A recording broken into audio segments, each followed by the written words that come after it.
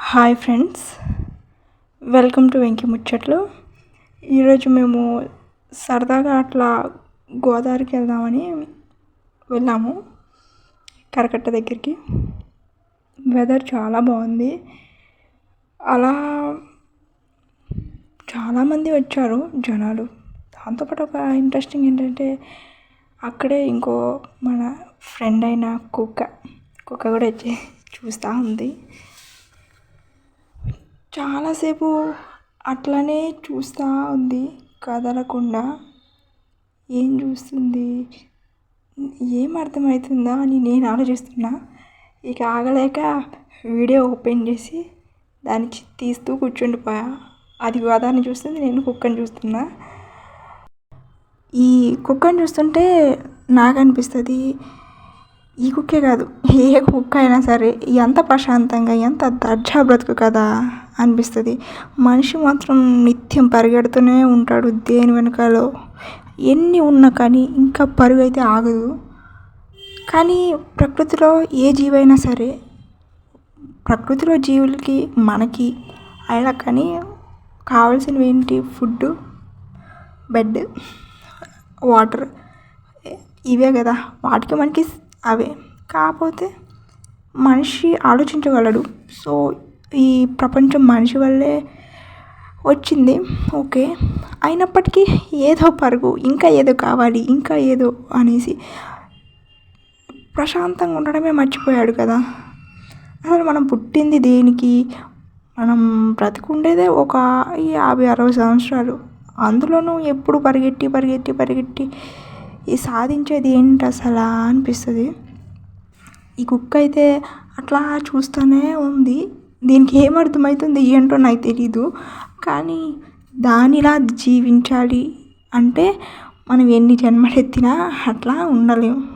అసలు అది మర్చిపోయాం మనం. ఒక ఏజ్ దాకా, చిన్నప్పుడు పుట్టినప్పటి నుంచి ఒక 3-4 years మనం కూడా అదే స్టేట్ ఆఫ్ మైండ్, అదే పీస్ అనుభవించాము. కానీ తర్వాత మనం పెరిగిన వాతావరణం కానీ, మన చుట్టుపక్కల జనాలు, ఈ సొసైటీ వల్ల మనం మన నిజమైన ఒక స్థితిని కోల్పోయాం అని అనిపిస్తుంది. నాకైతే ఈ కుక్కలా బ్రతికేయాలనిపిస్తుంది. కానీ అది పాసిబుల్ కానీ అవ్వదు. ఎందుకంటే మనం ప్రపంచంలో కూడా ఉన్నాం. ప్రపంచంలో ఉన్నప్పుడు ఇవి కూడా ఫాలో అవుతూ ఒక స్టేట్, మంచి పీస్ఫుల్ లైఫ్ ఉండాలి అంతే. ప్రకృతిలో జీవించే ప్రతి జీవి ఒక లెసన్ అయితే చెప్తుంది. రేపేంటి, తర్వాత ఏంటి అని ఉండదు. ఈ క్షణం ఇప్పుడు అంతే. అసలు ఈ ఎక్కడ పడకుండా ఏంటి, మంచిగా నిద్రపోయామా లేదా అంతే.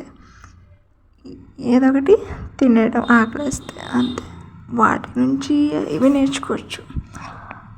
మనిషి అట్లా కాదు కదా, నాకు ఇదే కావాలి, ఇట్లుంటేనే నాకు నిద్ర వస్తుంది, ఫ్యాన్ ఉండాలి లేకపోతే రాదు అనేసి అంటూ ఉంటాం.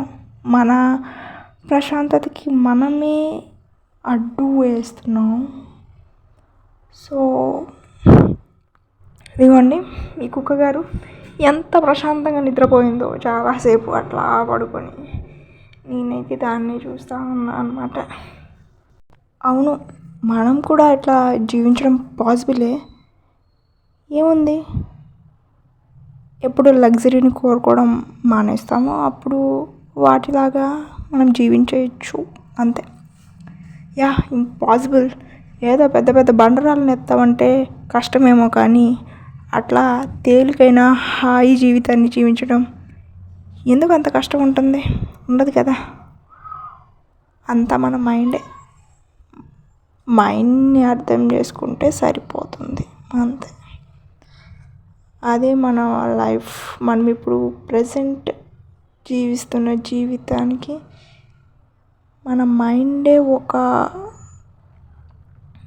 మైండ్లో ఉండే థాట్సే మన జీవితం. ఇప్పుడు ఏదైతే ఉందో అది మన థాట్ అలా ఉంది కాబట్టి ఇట్లా ఉన్నాం. సో థాట్ మారితే లైఫ్ మారుతుంది. సో మనం కూడా ప్రకృతిలో ఒక జీవులమే కదా, మనకెందుకు సాధ్యం కాదు. కానీ మర్చిపోయాం.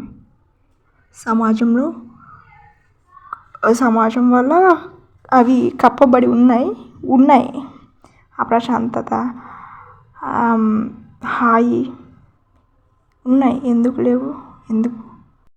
సో గోదావరిని చూద్దామని వెళ్తే నాకు ఈ కుక్క దర్శనం అయింది.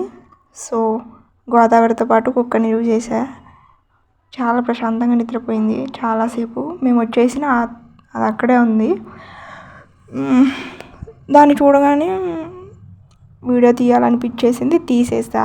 ఏదో చెప్పాలనిపించింది, నాకు అనిపించింది, షేర్ చేసేసా. సో ఈ వీడియో అయితే ఎవరికి ఏ సజెషన్ ఇవ్వట్లేదు, నా ఒపీనియన్ని చెప్తున్నా అంతే. సో మీకు అనిపించింది మీరు చెప్పండి, షేర్ చేసుకోండి. ఇదైతే ఈరోజు వెంకి ముచ్చట్లు అనమాట. గోదావరి కరకట్ట దగ్గర ఉన్నాం. సాయంత్రం వేళ చాలా బాగుంది. చాలా కొంతమంది బోటింగ్కి వెళ్ళారు. అవన్నీ చూసేసాం అనమాట. చల్లని వాతావరణం, రామాలయం టెంపుల్ బాగుంది. ఇవండి ఈరోజు వెంకి ముచ్చట్లు. మళ్ళీ ఇంకేదన్నా అనిపించినప్పుడు మళ్ళీ షేర్ చేసుకుంటాను. అండ్ ఈ వీడియోస్ ఏవి ఎవరికి సజెషన్స్ కాదు, జస్ట్ అనిపించింది నా మైండ్, నా థాట్స్ షేరింగ్ అంతే, ఇంకేం లేదు. సో మళ్ళీ మరొక వీడియోతో మళ్ళీ కలుసుకుందాం. అంతవరకు అయితే సెలవు. అండ్ చూడండి మన ఫ్రెండ్ ఎంత ప్రశాంతంగా నిద్రపోతుందో. ఏమన్నా బ్రతుకు కదా అనిపించింది. Thank you for watching this video.